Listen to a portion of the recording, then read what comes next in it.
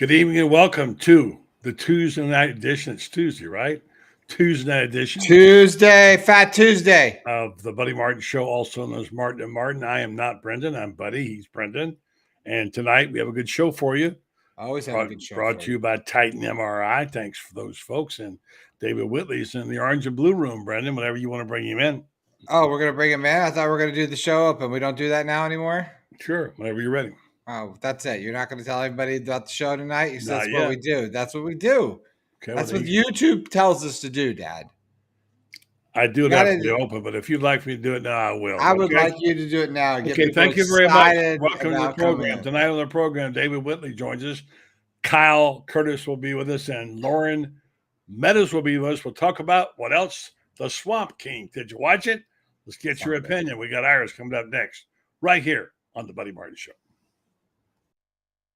Okay, so a lot of people say, no, just kidding. It's time again for Buddy Martin. Call him up and tell him what you're thinking. But be kind because he's doing the best he can. Better, stronger, faster. Mama says that alligators are ornery because they got all them teeth but no toothbrush. Hey, what if the voice calls while you're gone? Take a message. Bye. You ready, champ? I'm ready for this my whole life. I'm incapable of small talk. But that's why you love me, right? Kind of intimidating to be in the presence of so many great athletes.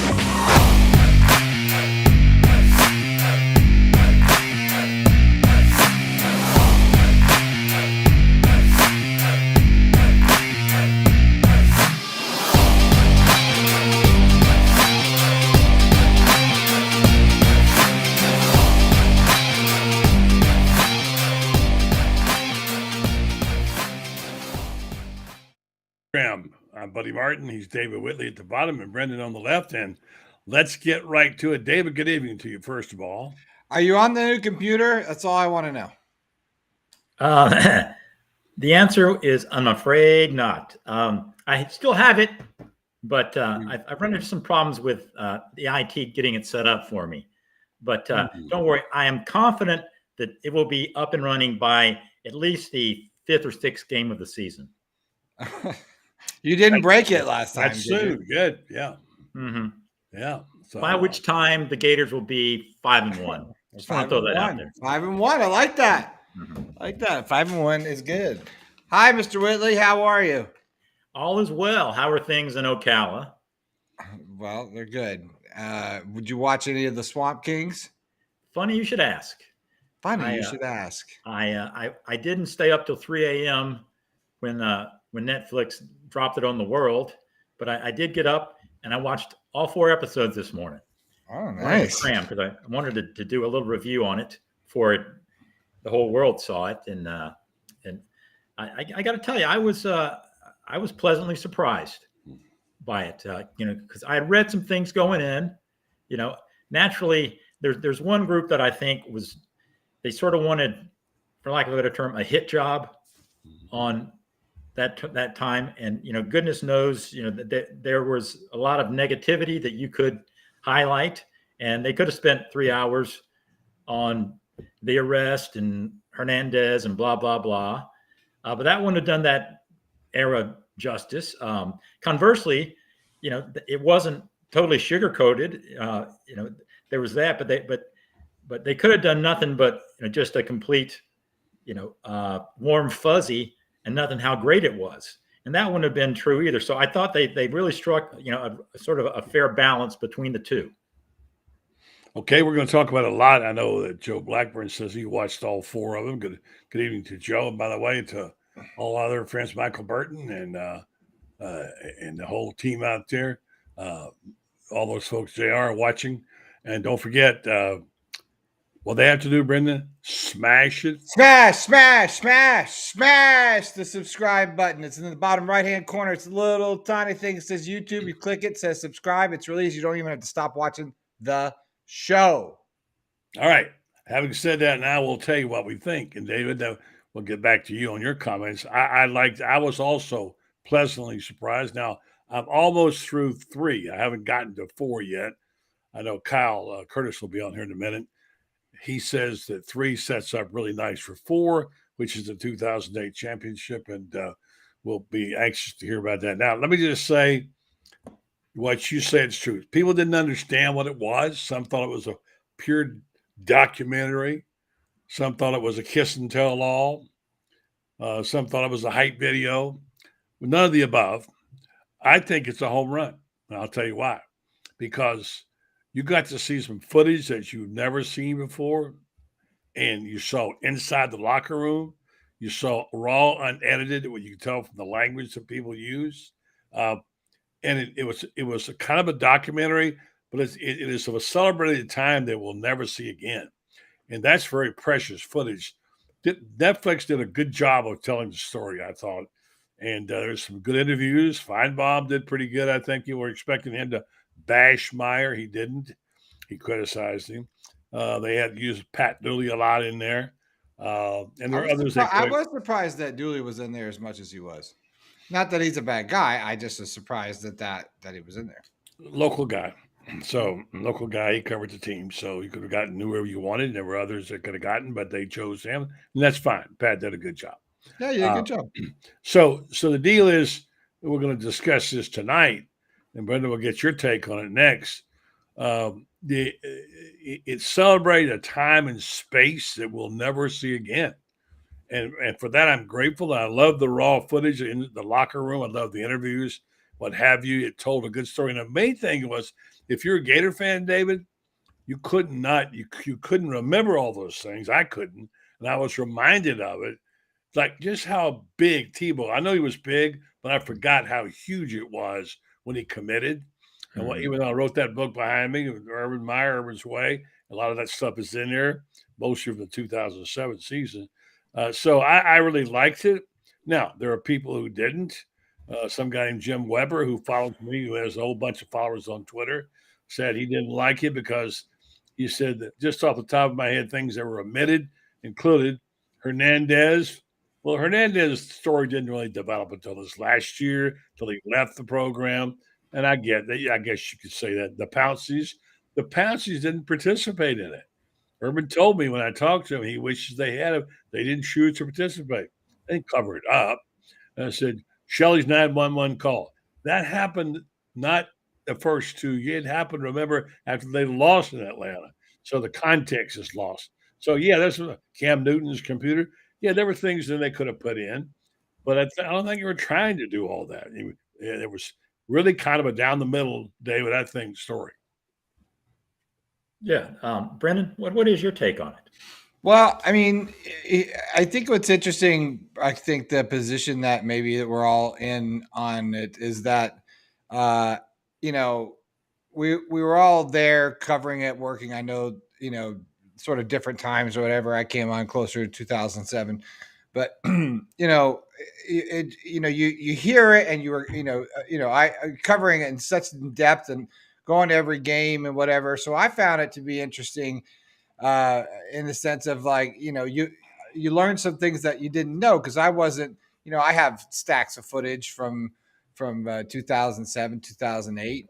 I was in Ohio at the game with Dad. I remember being at the game and I was there as a fan, but I guess it was just sort of, seeing them in the locker room, seeing the interaction, and Tebow's sort of, I guess, the documentary side of him talking about it. And he seems so not melancholy, but he was just sort of you really see the difference in his personality. Right. And I've never interviewed Tebow. I've never sat down with him and talked with him, but he was just very sort of quiet, when he was discussing what had happened, almost at times where he was, sort of regretful with some of the things that he said. Well, maybe it was a little too tough on them this time. Maybe I said, maybe some things were said that were, not exactly the type of person that he felt like he is or was now. So, I guess, it goes along to what I was saying before, which is, when you watch Tebow, I always said Tebow needed to go out and hit somebody on the field before he turned into Tebow, right? Because he was always such this nice guy.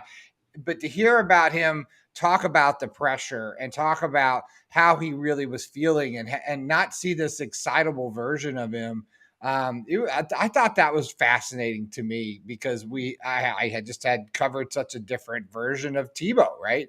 So I felt that was really an interesting part, just to hear him and almost like, because these other pieces by Netflix Untold were a little bit more revealing. I think potentially a lot of the maybe the Pouncey twins and these other guys that didn't participate were sort of maybe anticipating this was going to be like that.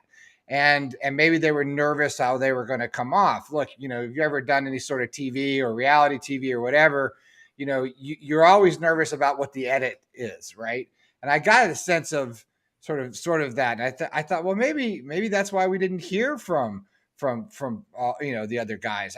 I kept feeling there was more to the story, and I wanted to hear more from the major players at that time. So as much as I thought it was a complete story, I felt like it was a little bit of an incomplete story, as far as getting all the people that were really major players at that time. Yeah. Well, Buddy, I think you talked to Urban about this. In fact, I saw where, he told you basically that he didn't want to do it at first. Yeah. But then he got to think, well, so much has been written about and said about this team in this era that he thought some of it, he said, I think the term was ridiculous stuff, that he wanted to set the record straight and honor this team. A lot of stuff has been said. The criticism wasn't all ridiculous.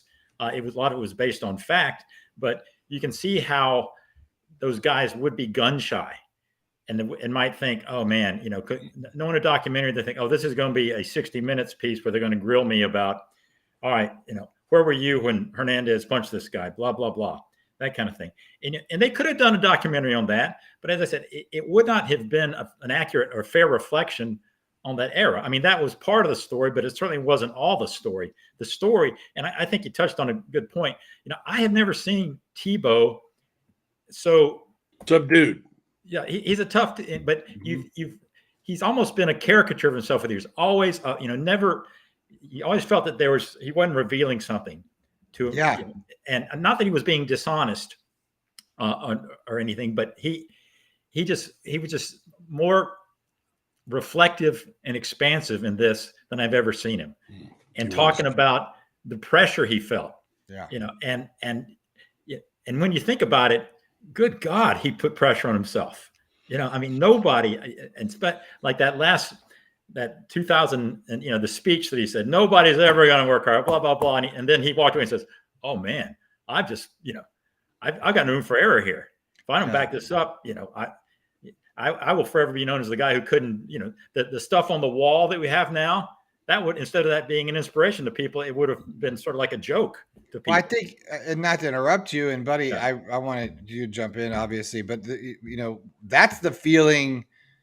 When I was in the room when he said the speech, right? I was filming. We ran in there. He came right out. I mean, it was like 2 seconds. Get your camera set up. I mean, it was like, bam, he's out there. You thought, oh, don't say that. I remember thinking that. Don't say that. Don't say that. Please. And he turned around. He had walked out and came back. Came back. Yeah. And I thought, oh man, don't do it. Don't cry. Don't cry. Don't cry. Or, it was that moment because there was Gator fan at that moment. I thought, oh, you don't say something you can't back up, like, because you've heard guys do that, right, in the past. And so I don't know. And then to hear that was interesting to see his response, to what we thought he would be feeling and walked out of the room. So yeah, I thought that's a great point. David. Right, and the behind the scenes thing that I had never really, but where he and Brandon Spikes got into it at that Michigan State game. Yeah, where Spikes finally, because Tebow was playing, a very subpar game, and Spikes thought, well, I am the leader on this defense, and I'm, the guy here. I have the cred to go over there and tell Tim Tebow, hey, get your act together. Now Tebow didn't take that well, and I think Urban said, so I go in at halftime, and my 2 alpha dogs are having a fight. Yeah, and spoiler alert for you if you haven't seen it. But, Yeah. Oh, yeah. This whole thing is a spoiler. By the way, but he hadn't seen part 4. They end up winning in 2008. I don't know. Okay. They did? Yeah. Okay, so my book is right then up there. Good. You got it right. Yeah. No need to send a correction. Yeah. So I just think it was pleasantly surprising. You said it right, David. It was better than we expected, better than advertised.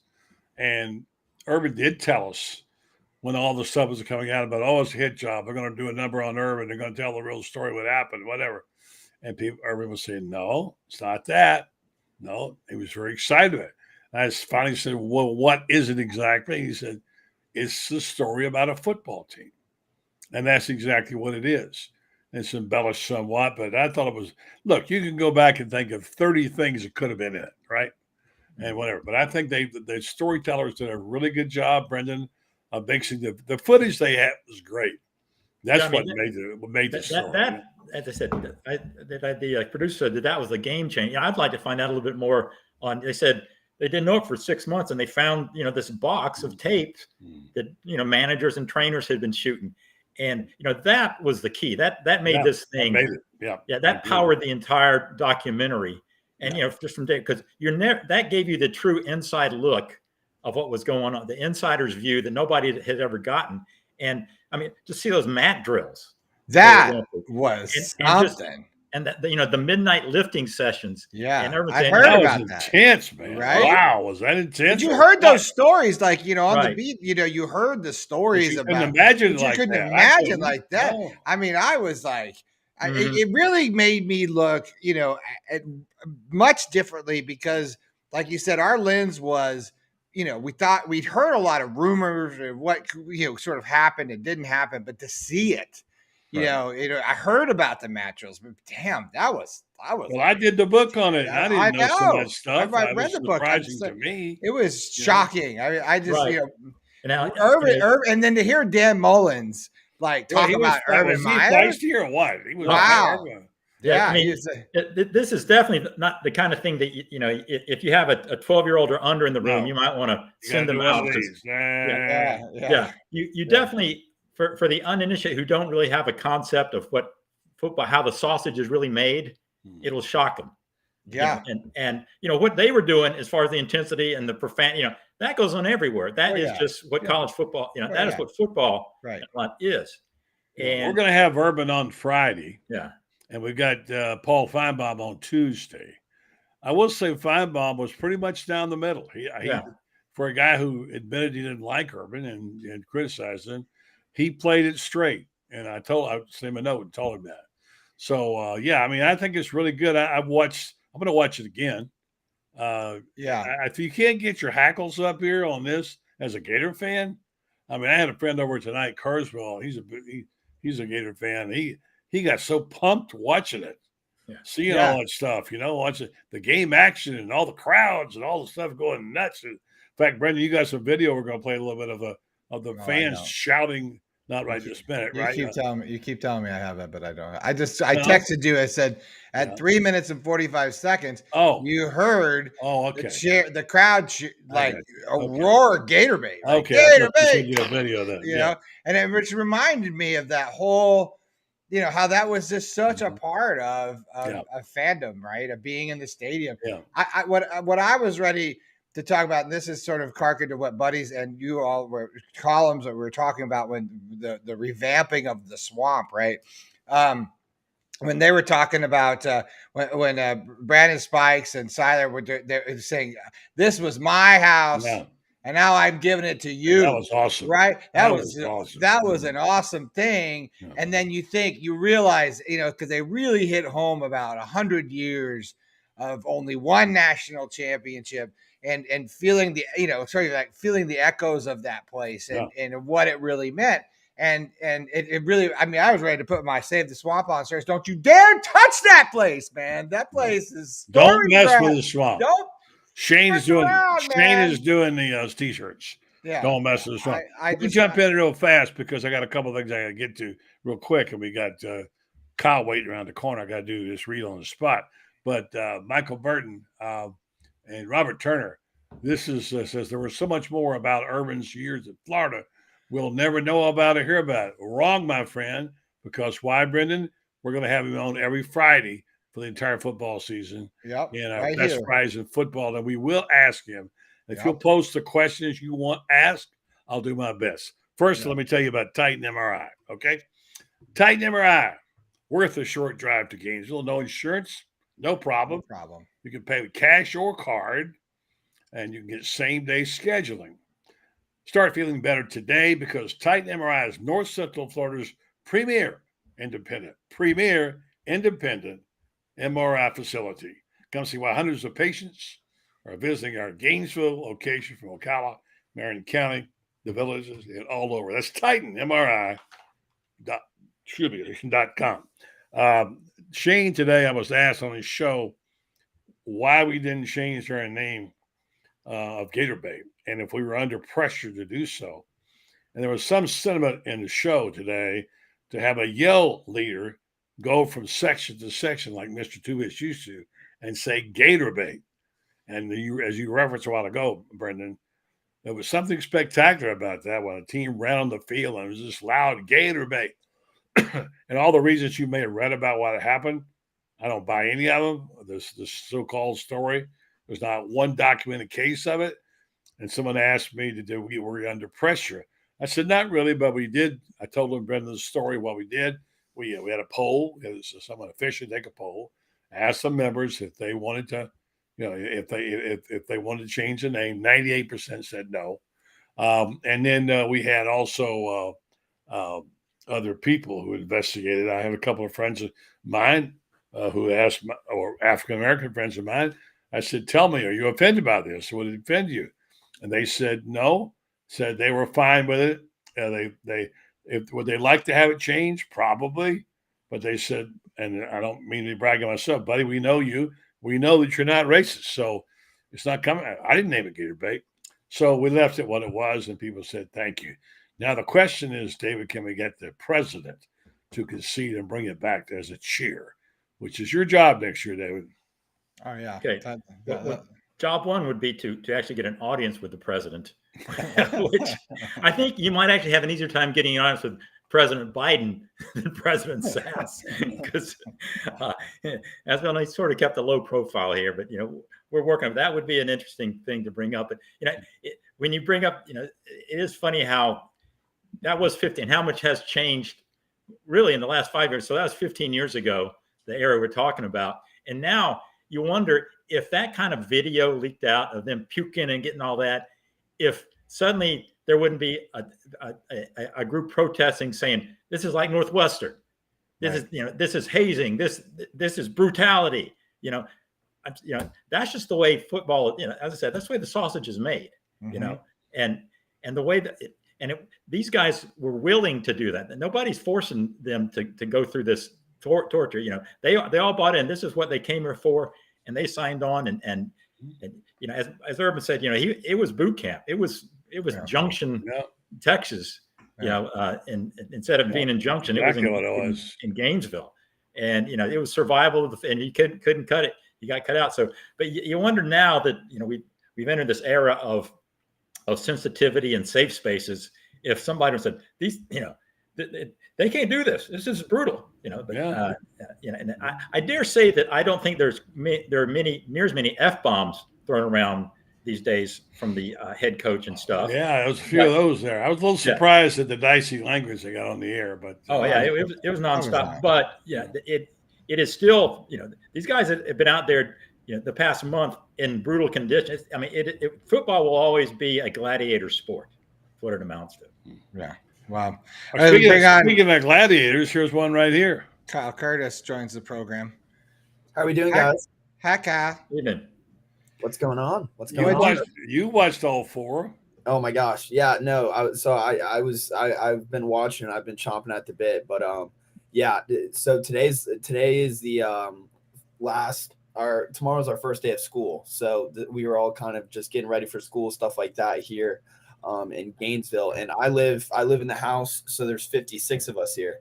And everyone kind of like made sure everything was ready today so that we could dedicate all of our time today, whatever it was, 3 hours to watch it. And I mean, you walk into any room in the house, what episode are you on? What episode are you on? So I loved it. I thought it was I was excited, cheering, chills. I teared up a few times. I don't know. It was phenomenal. It was phenomenal. And What's your favorite part? What was your favorite part of the whole thing? my favorite part is the Brandon Spikes hit on No Sean Marino. I remember being there. That's been my favorite. Like, and especially for us, I mean, especially our age, being in college right now, that's a lot of like our first memories of Gator football. That's my first memory of Gator football is, seeing Chris Leak, and then Tim Tebow come in for that jump pass and stuff like that. So for it to be able to rekindle it and then be able to not only enhance it, but show it, way in between the lines, it was just the coolest thing ever. And, there were so many different ways that they could have portrayed it or dove into, I like to think of it as a highway. The highway was the football team, and you could have gone off on so many different exits. But I think they did a great job of just sticking to football. And it was, I think, while in some parts it was obviously, brutally honest, it was needed for that time.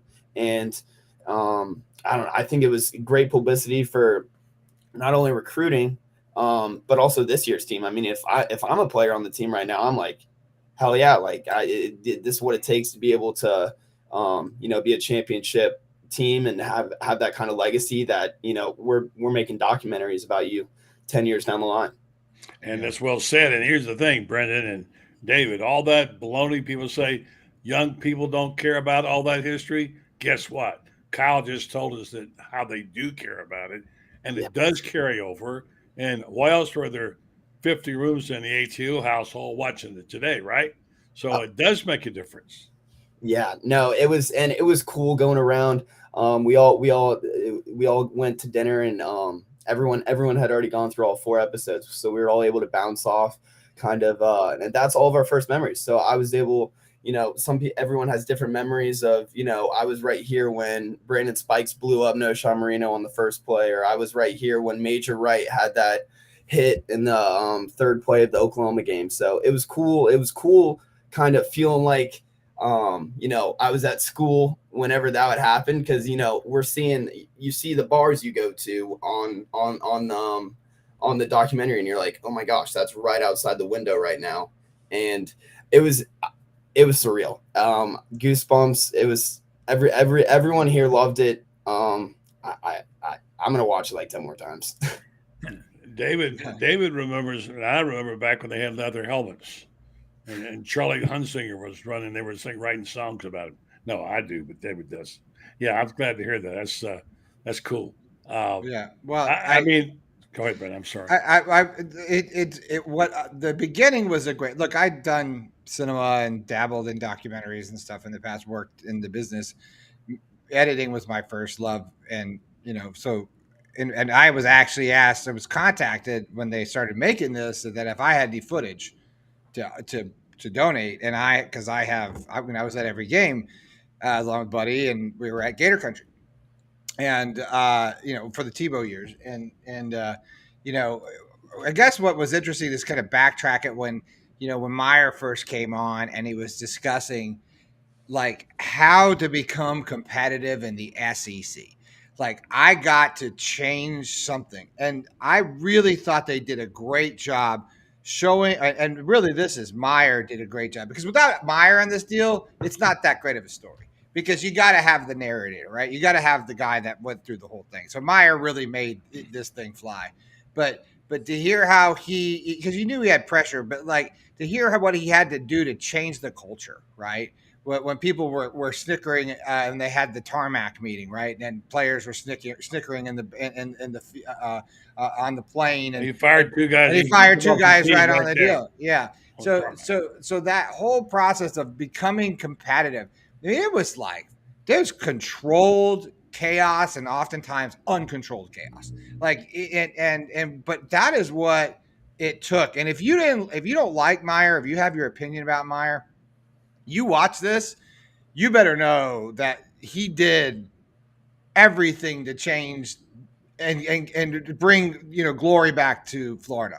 And that was what really rang true to me. I've always known that about Urban, and obviously, but to know and see and hear it, and then just see the dedication and what he went through to get to where he was. I think if you're not somewhat of a fan of Urban Meyer after this, then I don't, you don't have orange and blue in your. How do you feel about that, David?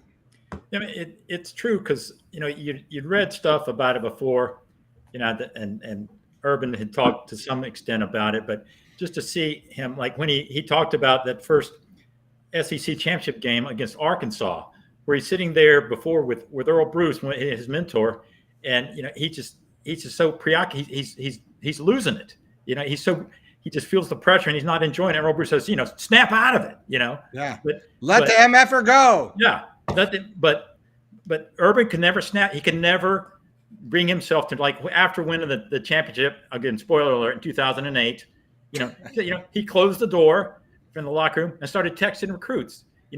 He could never, he never found that off button. And that's one of the things I think the strength of this is, Netflix, you got to sort of wonder how they were approaching this. They put out this to a wide audience. They weren't necessarily thinking, they're not putting us for the SEC network. It's for everybody. And what impressed me was that you didn't have to be a football fan or know anything about football. If you're just perusing your TV listings and you go, oh, there's a documentary on it's a swamp, I'll give it a look. If you didn't know anything about it, you would be drawn in to this because it was such a unique story. Because here you had, it had a beginning with Urban going there, having to prove himself, and the middle, and it had an end. And I don't know, I'm hard pressed to think of another college program where in that 4 years where you had all this kind of thing. We could do it. Like if they were just winning and there wasn't this other stuff with the Tebow factor, Urban really just turning into a pinup volcano inside that was waiting to explode, it wouldn't have been nearly as good if they. All right, so they win. But this had a whole backstory to it, and a story arc. The basketball, that people could really relate to. And if you didn't know anything about football and college, you come away saying, well, that was an interesting movie. I learned something, but it was also entertaining. Yeah. Buddy, I want to tell you this about you. It would be a nice way to dovetail watching this is to go pick up Urban's Way.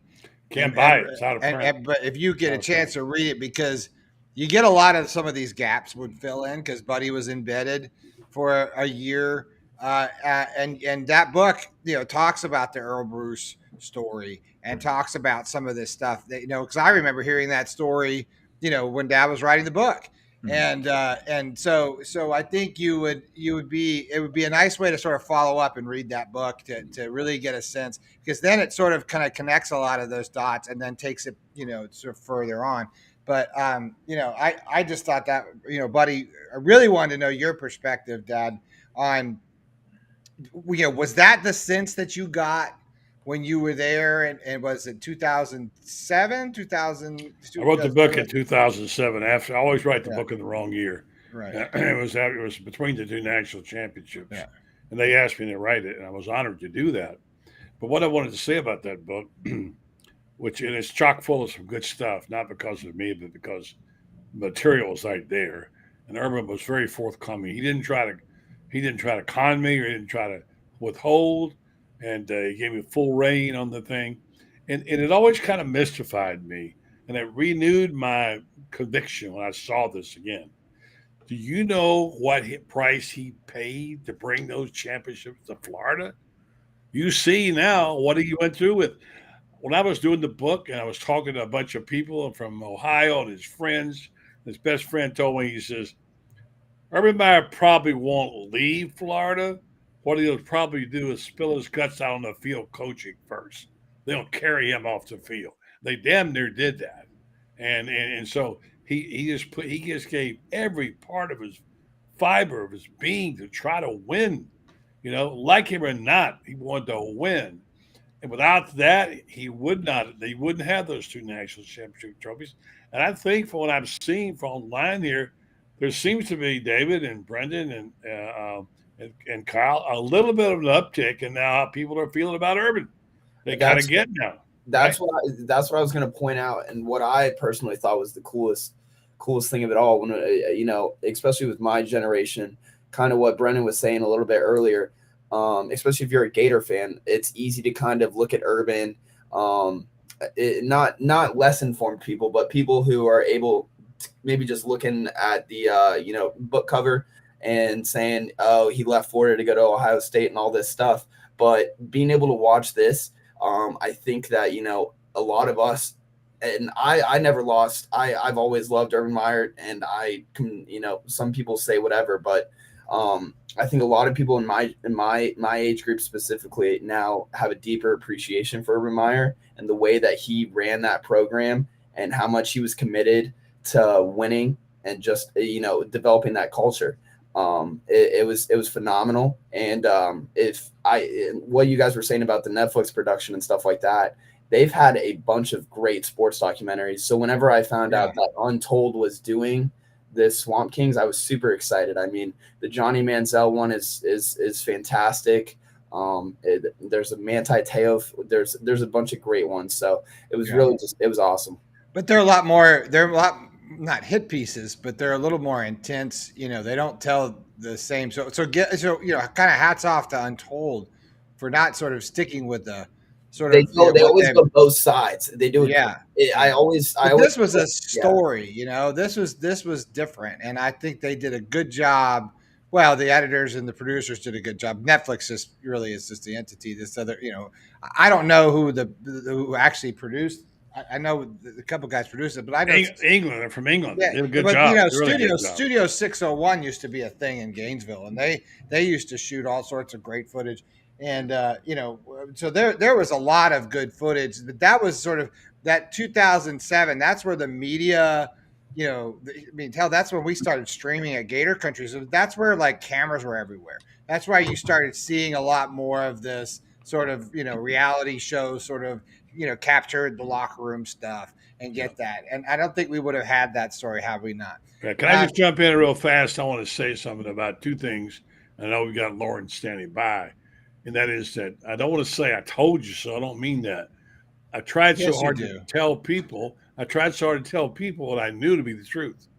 People still say, like Robert just said, well, he quit on University of Florida. The guy thought he was dying. Yeah. He thought he was dying.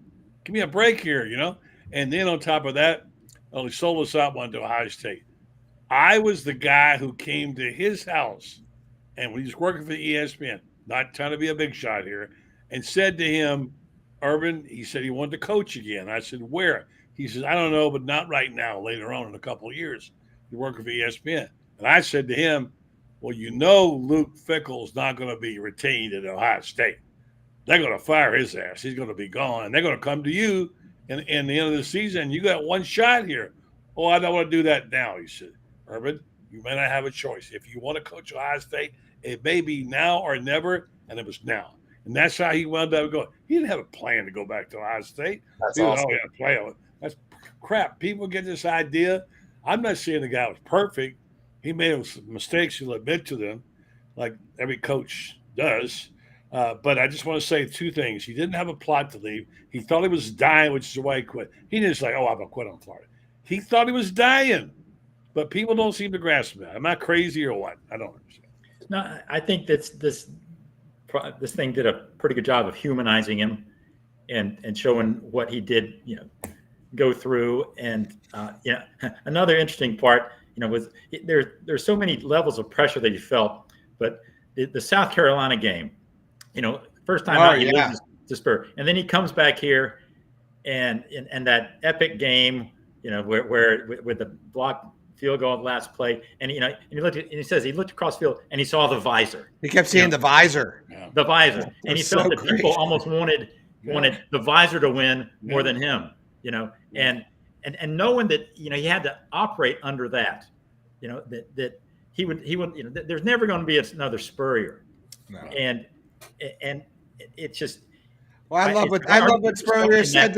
What Spurrier said to him in the middle of the field. Right. Great win. Now go win it all. Right. And that was classic. I mean, that just gives you the tingles. Like, you're a Gator. Like, here you are, and all this 100,000 people. It's like, the shootout. It's a 1-point victory. Now and then he says, "Okay, now go win it all," because in the end, Spurrier's the biggest Gator ever. Right. So I just thought that was just fucking great. I mean, that was great stuff. It really was good stuff. But how Urban was just really swallowing all that a lot, and how eventually it was going to something was going to happen, and I don't know how anybody can look at this and say, that he had no right to quit or he quit on the Gators. I mean, I just said, I think he quit because if he hadn't, he wouldn't be here today. Yeah. And what happened after that, but sure, I can see you get a little sore, but obviously, if there's no place like home, and if your dream job comes up sooner or later, where you grew up and this is Ohio State, you take it and blah, blah, blah.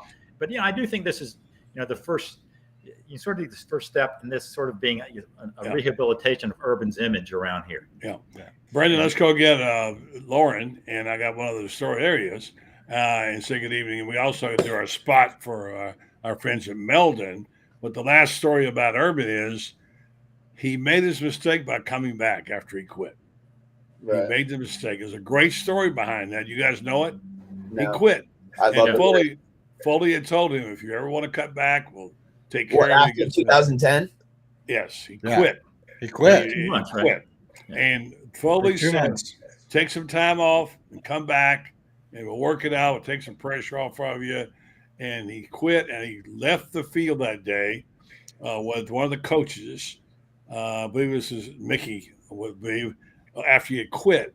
And they walked, it was Mickey. They went over by the stadium to go back in the locker room. And Mickey played him. He said, look at those great signs. National champions 2006. Look at what we did over here. Wasn't that great? And Urban started thinking about it, that if he left, the whole staff would lose their jobs. And he changed his mind and stayed. He shouldn't have stayed. He should have gone. That was his mistake. Okay, there's Laurie. Let's do a spot and bring Coach Meadows in here. How about the Melden guys? Okay, so a lot of people see you on there. They think, who is Jeffrey Melden and what does he do exactly? So let me explain if I needed to. Let me have you explain and answer those questions. Melden Law helps folks that are seriously injured in accidents. And one of the advantages is that we're local. The big box lawyers, the big box stores you see on TV, you're never going to see them. When you come to Melden Law, you're going to see a Melden, either myself or my son, Kerry. And we're in the community. We give back to the community. We help lots of people put their lives back together. But one of the main themes that I want to share is whether it's Melden Law or any other local firm, I think we should support our local businesses. Why go out of town? And, most of these firms are running the case out of a different city. They don't, really have the same connection. In the trunk of a car someplace. Car, truck. We have golf cart crashes. We have all kinds of crashes. But the main thing is I support all of our local businesses in Marion County, Alachua County, Columbia County. So that's my message to everybody. If anybody's in a serious accident, give us a call. It's free. We'll get you in the right direction. And, we hope that you're not, but somebody will probably be involved in a crash. And we're here to help. And we have a great office fully staffed in Ocala, Gainesville, and Lake City. Speaking of crashes, that makes me think of like the scooter crashes. So everything's reminding me of that time of year. It's like when everybody was like, riding around in scooters. What did it say? Spike? Oh, who was it? Not Spikes. Was it Siler picked up Tebow on a scooter to go to his first party or to go out with him his first night? You imagine those two guys cruising around on a scooter? I don't know. Those were just back in the day, a little before NIL time. Hey, Coach, how are you? How you guys doing? Good. Welcome to the program, Kyle. We want to say thanks for hanging out. Good job, buddy. Doing all that good stuff, and we'll catch you next time. Kyle Curtis, if you want to check him out, GatorbaitMedia.com. He writes, he sings, he dances, he gets excited. Talk to you soon, Kyle. Kyle's out. Lauren, what do you think? Have you watched any of the Swamp Kings? Have you checked any of it out? I have not yet. I'm boy. gonna actually take the time to really sit down. It's kind of been bump and grind for me for a couple of days, but definitely plan to watch it. But I want to give it my full attention. But from what I understand, it is a really good introspective look into, and a lot of people, I guess, are finding out things. From what I understand, is a lot of people thought they knew what was going on during that time. And I think that shed a lot of light on, like Buddy said, some inner workings and some reasoning behind decisions that were made and things like that. And I know that there were some people involved and others were not. So it's still kind of just, there's different tidbits. But from what I understand, it's really opened a lot of people's eyes, and Gator fans in particular. They thought they knew what was going on, but it's been a lot of, for lack of a better term, a lot of surprises in these episodes for sure. Yeah. You'll love it because the coach will come out and you'll see inside of the inside workings. I mean, they really give us some great footage. Right. And that's what makes it. Inside the locker room, the raw footage, the mat drills alone will just. Right. Well, I can tell you that one of the things that my wife, she's into football now, but she regrets that she says that's one of her biggest regrets, that she didn't pay attention. We were dating at the time, and that she did pay attention more to that era of Florida football a little bit more, because she really feels like she missed out on something. So that's why I'm going to sit down. She and I will watch it together. That way she can truly get an appreciation for it. Well, she had a good looking guy courting her like you, and you took her attention away. That's what happened. Hey, Dad, did they cover? Not if you have to cover your ears, Coach, you go ahead. But I just want to know: did they talk about Kentucky when Tebow gets knocked out? Did they touch on that? No. I'm just started number 3. No, so far they haven't, and I'm just finishing 3. That was a big night for us. I said that was just a big night, and from like a part of that whole story. I mean, talk about chaos. That was chaos in Lexington. And I just kept thinking about that with Dad and I, here we are, Tebow, Superman goes down, right? The kryptonite kits in. Amazing. And then they're running through. No cameras. You can't take a picture of him getting carted off. You can't take a picture of carted off.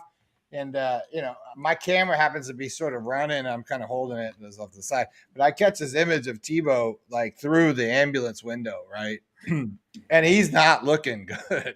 Like, he's just starry-eyed. It was a scary moment. It was really a scary moment. I mean, seeing Tebow get flattened in Lexington. And, our story is that, Buddy and I get done. Of course, we're the last ones out of the press box. And I kind of look over Buddy. He kind of looks over me. And this is where our airport story. It's midnight. This is where our airport story kind of comes out. And I said, Dad says, well, I'm all jacked up. And I said, well, he's probably at the hospital. This is how it happens for Buddy and I. Well, he's probably at the hospital somewhere. Probably one of these hospitals around here, in fact. Don't you think? Yeah, he's probably there. Probably no one there, is there? No, probably not. No one's probably chasing the story. Is that? No, probably not. It wouldn't hurt. Let's just go over there. Let's shoot a stand-up from there. Just see what's going on. So Buddy and I head over to University of Kentucky Hospital. Get in. We get in. The front gate, after getting chased off the side on the sidewalk, we do our little thing. Hey, live from the University, Tim Tebow's up there somewhere, and he's, we get in, and who is the other reporter? Do you remember the reporter? Jeremy Fowler. Jeremy Fowler is the other guy that got in. He's sneaking around too, trying to get into Tebow's room. We never got into Tebow's room. We got some crazy stories. That one lady was telling us all sorts of crazy. She stopped and said, "Can you please get me in to pray with Tim?" Yeah, well, I get to pray with Tim.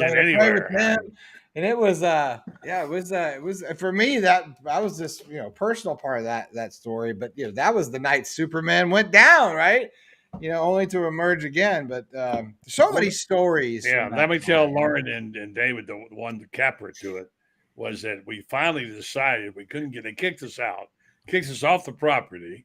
We went out to the street, and I got stood up in front of the hospital where you can see University of Kentucky, and Brendan got his camera rolling, and there was a light on in the window. And I did my stand up tonight. Behind me in that room, Tim Tebow lays there. We don't know what his, I did about a minute and a half, 2 minutes, Brendan.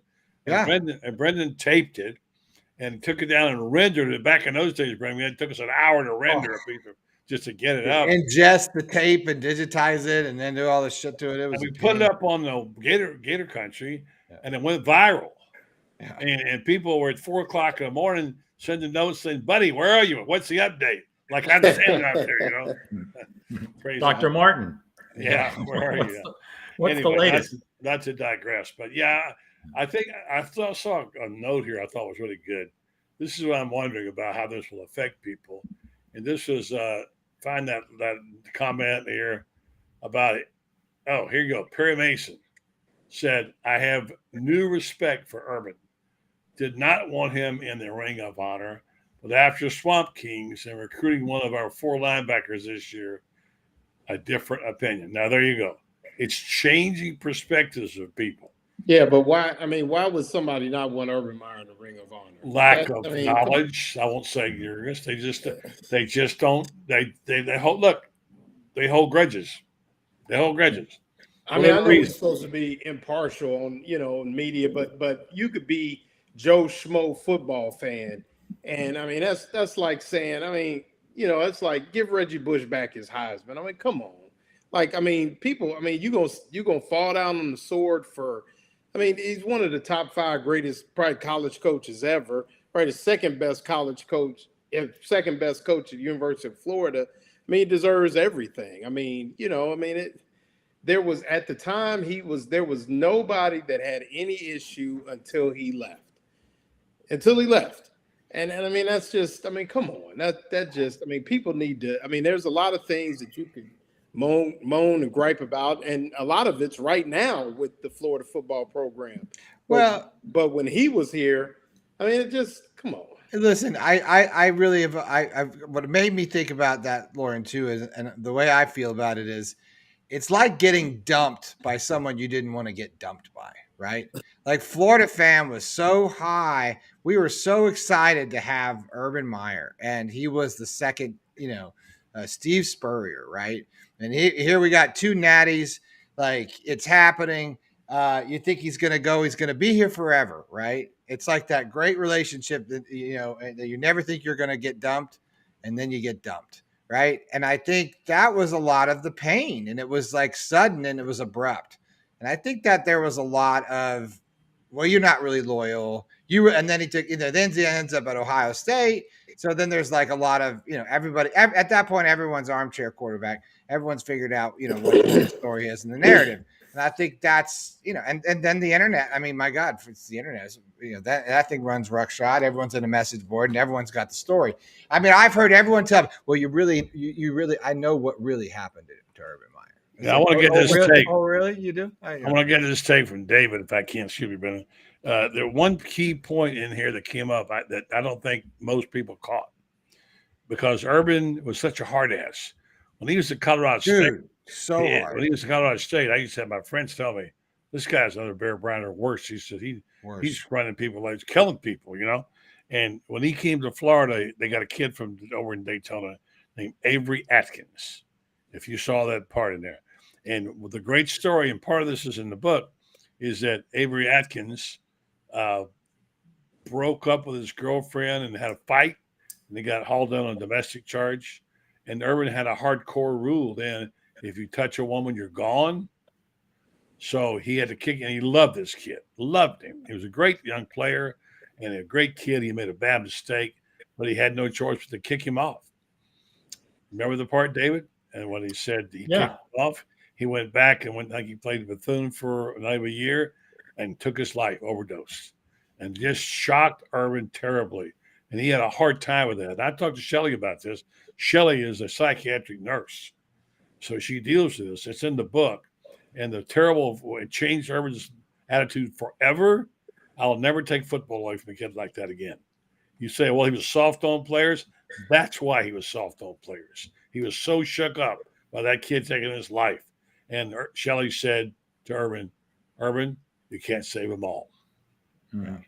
Yes, that's one of the more emotional parts of. I don't know if it's in 3 or 4. If you got into it yet, but whether you agree with it or not, it explains what Urban was thinking and why he had that attitude about it. And I think the story said, when he heard about it, he was in a coach's meeting and he put 2 options. It says, next time this happens, we're 2 things. It says, A, we're going to fix it, or B, we're just going to run the kid off and be done with it.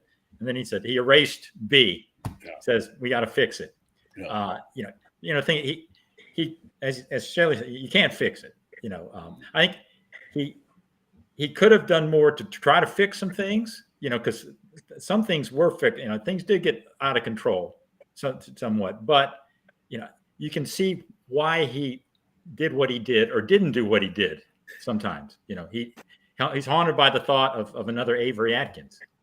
And bottom line, I just think that Urban is sort of like a comet blazing across. He's not meant for the long haul. Whether it was Utah or here or Ohio State, he's just one of these guys that's going to blaze across and burn out wherever he goes, and just leave a ton of starry memories in his wake. And that's certainly what he did here. But I think the bottom. I think that the thing you mentioned that is sort of a feeling that you have that this is causing that sort of urban. This is to do a sort of an urban renewal project. Right. I don't think he went into it with that in mind, but I think that's the purpose it will serve to a great extent. I don't know. Should be right. I'm just saying. I think it really shows you. Even if you're a fan, even if you cover this team or any team, nothing tells the story by seeing this, the actual footage and hearing the reactions. I mean, you want a shot at coaching University of Florida? Go ahead, because that's not hard. That's hard. I mean, that's about as tough as job as you can get. Not only Lauren, why do you say this, Lauren? You won't believe it. And to see what they have to go through, and that's what it took. Because that's Feinbaum talking about, to play in the SEC, right? To be an actual contender in the SEC. How Feinbaum talked about it is that there needed to be a turning of a ship, right? To actually where Florida was when Urban started, to change the culture, to say you got to earn the right to wear a Florida Gator uniform. And he made everyone take off their stuff, and then run stadium steps. And you got to prove what that means. That right there. I mean, that's like Phil Jackson on acid, like 10,000 times over, with a bunch of people that could control chaos. That is something impressive to me, to see that whole thing, to what he really did. Was something special, and especially he talks about he walked into a restaurant and he was booed. After he was booed in the restaurant.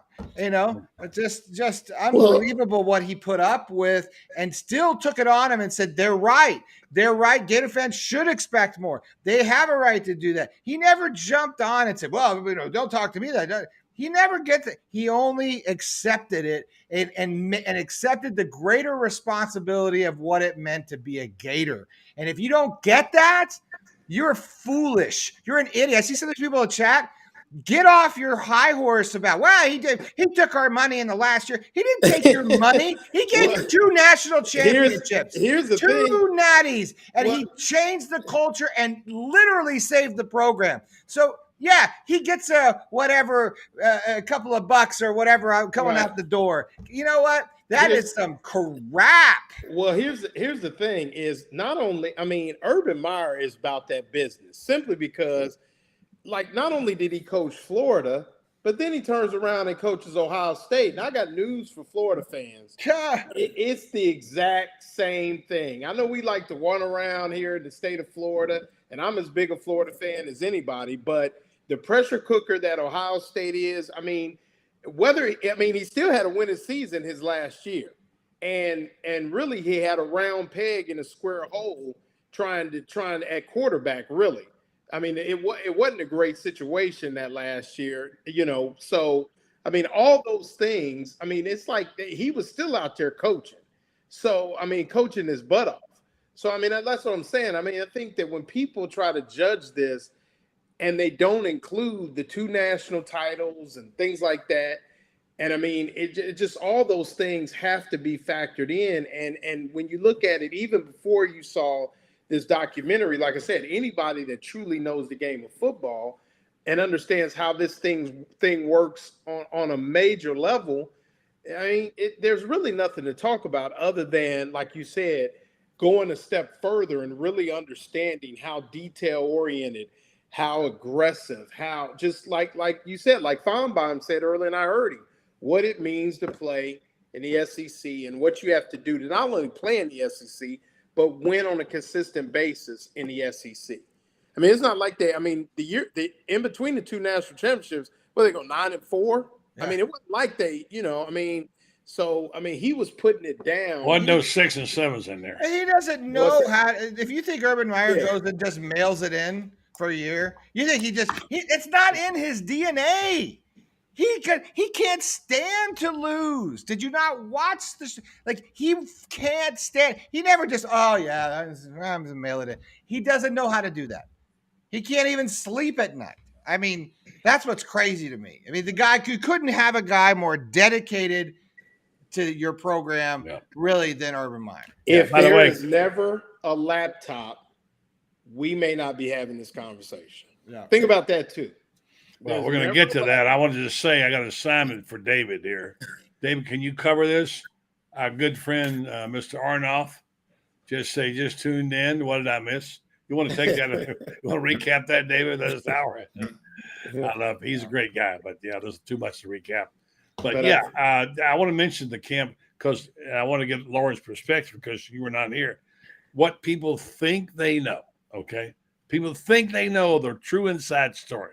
I can't tell you. I've had people tell me what they knew was the truth when I was in the room when it was said and they weren't. But they knew the truth.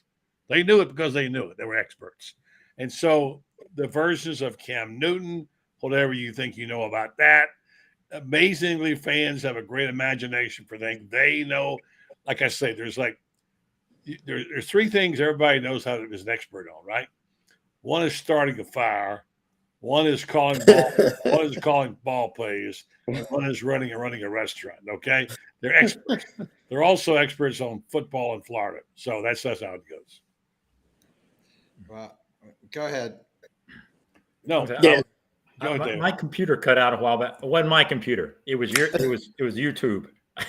So for once, don't blame my boy. Wow. We'll make it. But it might cut off any second now. All right. Well, if it does, we say we love you and we'll talk to you later. And we're getting to the end of our show, so I think we should have final thoughts here. It's been an hour and it's fun talking about this, but I'd like to watch the rest of it. So I gotta go.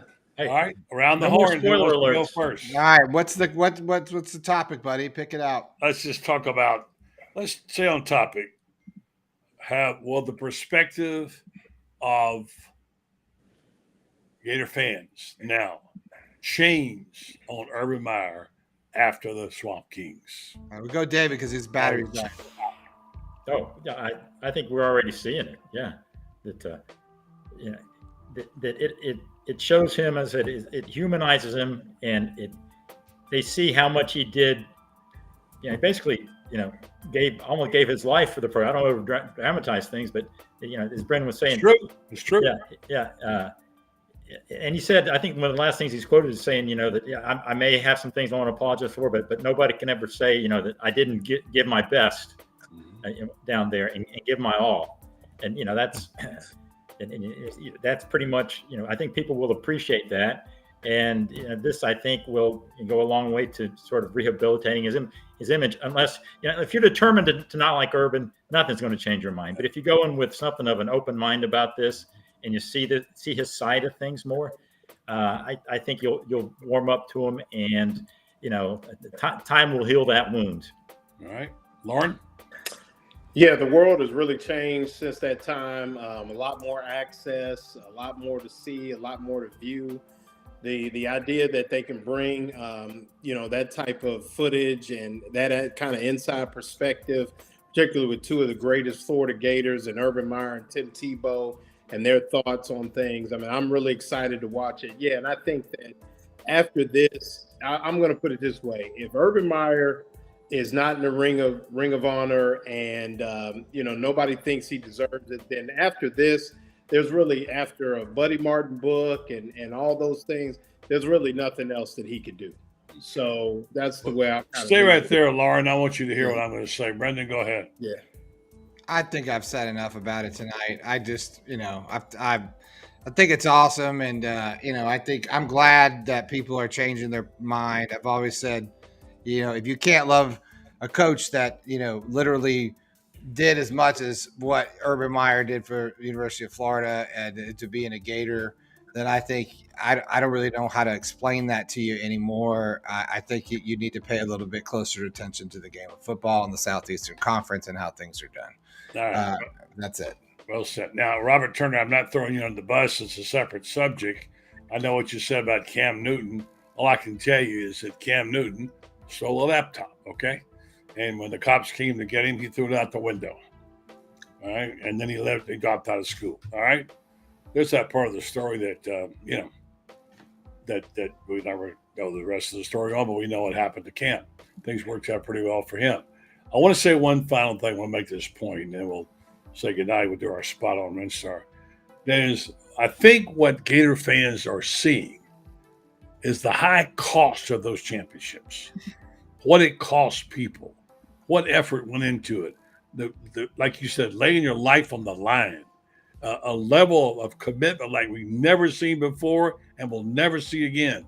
And for that, you must respect Urban Meyer and that team for what they were willing to put on the line, what they gave up. And Lauren, you're shaking your head because that is what it's about on a team. What are you willing to give up? How about everything? I think that'll change perspective. Well done. Thanks, Coach. Yeah. We'll catch you soon. See you for trivia. Lauren Meadows checking out.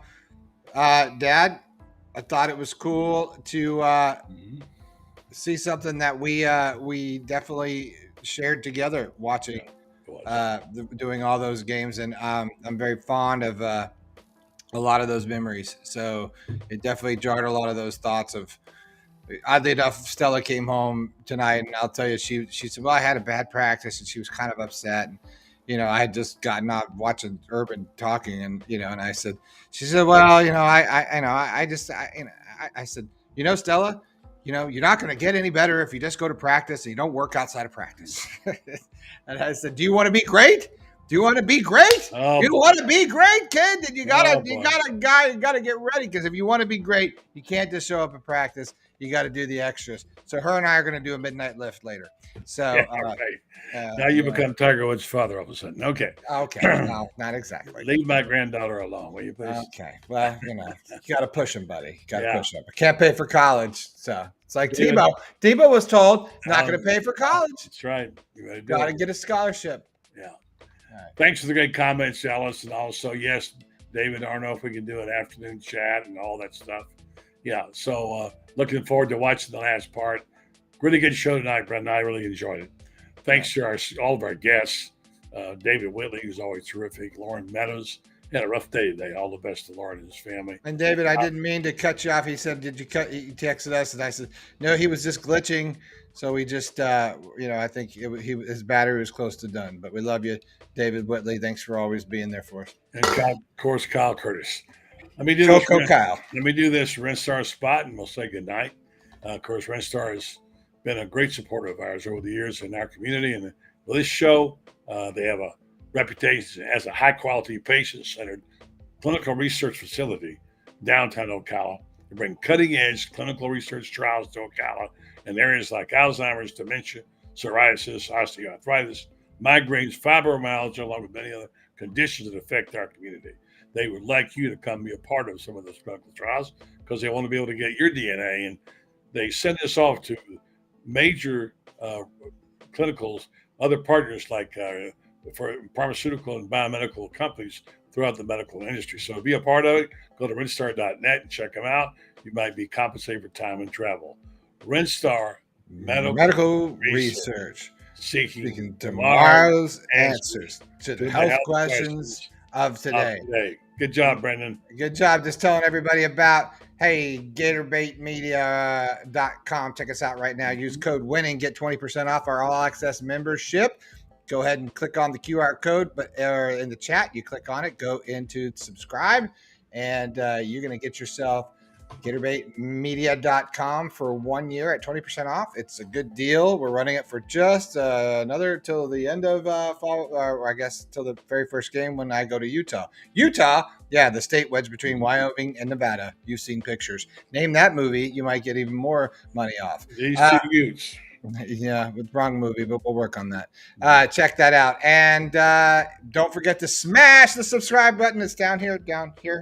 No, it's down there. It's in your bottom right corner. Little tiny YouTube thing. Click on it. It's going to subscribe you and smash to get notifications to help us out. We, that's what we're doing right now. That's our thing. Buddy, good show. I love you. I got to say goodnight. Clear out the rest of them. Love you, Brandon. I around the horn you. Good night to Buddy Martin. And thanks, everybody, for watching. We will be on again tomorrow night. Same time, same YouTube channel. If you want to ask a question for Urban Meyer on Friday, tomorrow night will be that time to put it in the chat. And I want to say, if you want to post that as a super chat, it would make it a lot easier to pick your question. Yeah, so super chats are really cool because you can give us $1, $2, $100. We got $100 from Joe Blackburn last night. It's a way for you to be a part of the show, support what we're doing, because we're not getting rich and Stella's got to go to college. But check us out. Don't forget to subscribe. But if you want to get your question into Urban, and we'll do our best to do that on Friday, especially after what we saw the last day with Swamp Kings. Thanks everybody for being a part of the show. Be good to each other. Be good to other Gators, and realize that we are blessed to have all the things that we have. And I will look forward to seeing you guys on the flip side. Go Gators.